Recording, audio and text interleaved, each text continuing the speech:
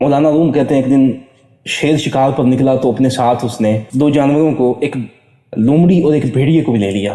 اب وہ شکار پہ نکلا، بادشاہ تھا، اس نے ساتھ اپنے دو اور جانوروں کو لے لیا۔ اب انہوں نے شکار کیا، 3 شکار کیے۔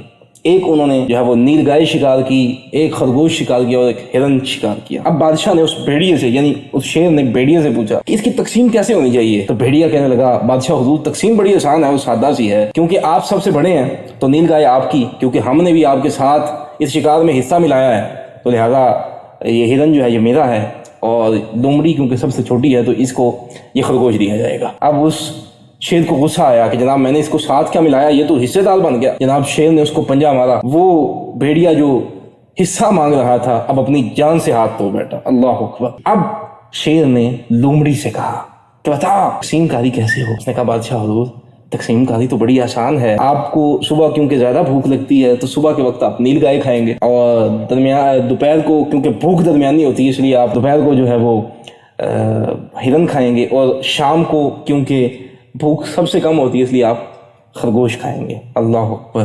شیر کہنے لگا یار تو نے بڑی اچھی تقسیم کاری کی، بتا یہ تو نے تقسیم کاری کہاں سے سیکھی؟ لومڑی کہنے لگی میں نے یہ تقسیم کاری اس بھیڑیے کے انجام سے سیکھی ہے۔ اللہ اکبر۔ مولانا روم کہتے ہیں اے انسان تجھ سے سمجھدار تو وہ لومڑی نکلی جس نے دوسرے کے انجام کو دیکھ کر اپنی عاقبت کی فکر کی، اپنے انجام کی فکر کی۔ اللہ اکبر۔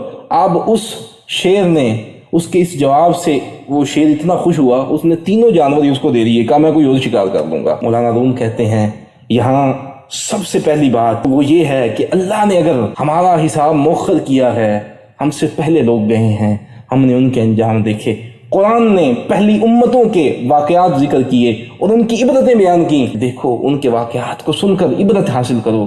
اللہ اکبر۔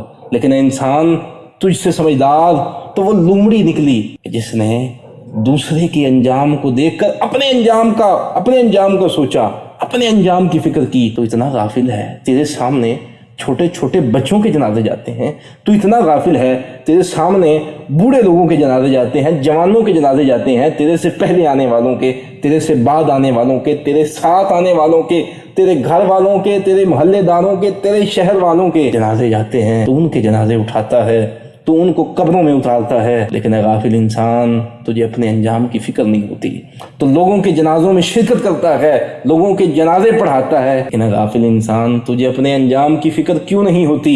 اللہ اکبر، اللہ اکبر۔ مولانا روم کی یہ حکایت ہمیں اس عبرت کی طرف آگاہ کر رہی ہے جو عبرت قرآن نے ہمارے لیے بیان، وہ واقعات جو پہلی امتوں کے قرآن میں بیان کیے گئے۔ مولانا روم اس فرضی حکایت میں ہمیں ان واقعات کی طرف جو ہے وہ ہماری توجہ دلا رہے ہیں کہ انسان غافل نہ ہو جانا۔ اللہ سے دعا رب تعالی ہمیں دوسروں کے انجام سے عبرت حاصل کرنے کی توفیق عطا فرمائے۔